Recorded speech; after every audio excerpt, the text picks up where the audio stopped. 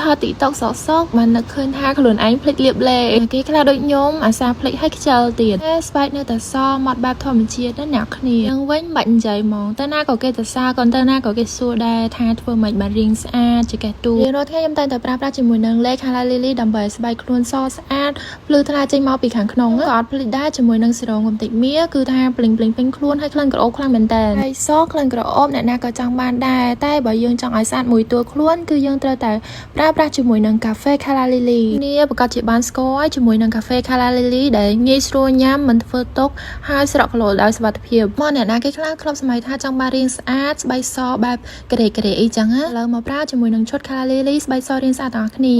បាយអ្នកគ្នាឥឡូវសុំទៅរកមកបាត់ទៀតសិនSomebody like I want somebody 날 보고 있었지만 Do you think about